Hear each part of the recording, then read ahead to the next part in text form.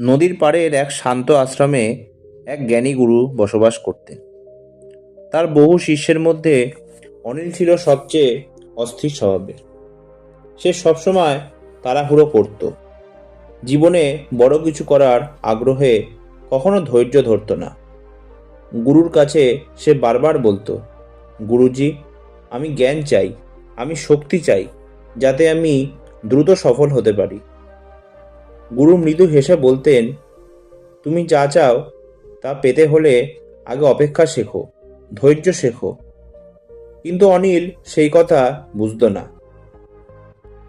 একদিন গুরু তাকে বললেন, যাও, নদীর ঘাটে গিয়ে একটা ফুল গাছ লাগাও, প্রতিদিন জল দাও, কিন্তু যতদিন না ফুল ফোটে ততদিন তুমি আমাকে প্রশ্ন করবে না। অনিল গাছ লাগালো, প্রথম দিন জল দিল, দ্বিতীয় দিনও দিল। এক সপ্তাহ কেটে গেল, কিন্তু কোনো পরিবর্তন নেই। মাস পার হলো, পাতা এলো, কিন্তু ফুল নেই। তার মনে রাগ জন্মালো। গুরু কি আমাকে বোকা বানাচ্ছেন? একদিন রাতে সে ঠিক করলো পরদিন আর জল দেবে না। সেই রাতে স্বপ্নে গুরু এলেন। গুরু বললেন, ফুল না ফুটলেও গাছটা বেঁচে আছে, কারণ তুই তাকে যত্ন দিস। জীবনের প্রতিটা কাজে ফল আসতে সময় লাগে, কিন্তু তুই মাঝপথে থেমে গেলে সেই ফল কখনোই পাবি না।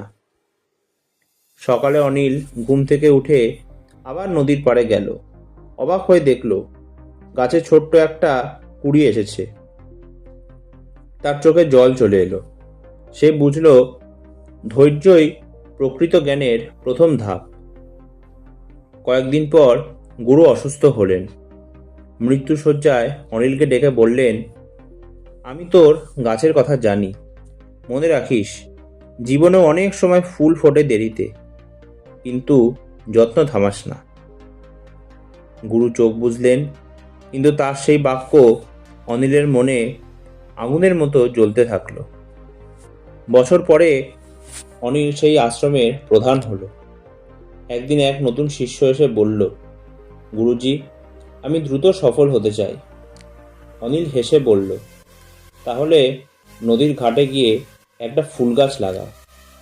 তার চোখে তখন সেই পুরনো গুরুর প্রতিচ্ছবি ভাসছিল।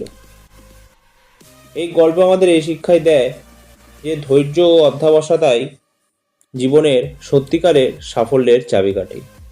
তাড়াহুড়ো করলে ফল মেলে না, কিন্তু বিশ্বাস ও ধারাবাহিকতা শেষ পর্যন্ত ফুল ফোটায়। আজকের ভিডিওটি এই পর্যন্তই। গল্পটি ভালো লাগলে প্লিজ ভিডিওটি লাইক, শেয়ার, চ্যানেলটি সাবস্ক্রাইব করতে ভুলবেন না।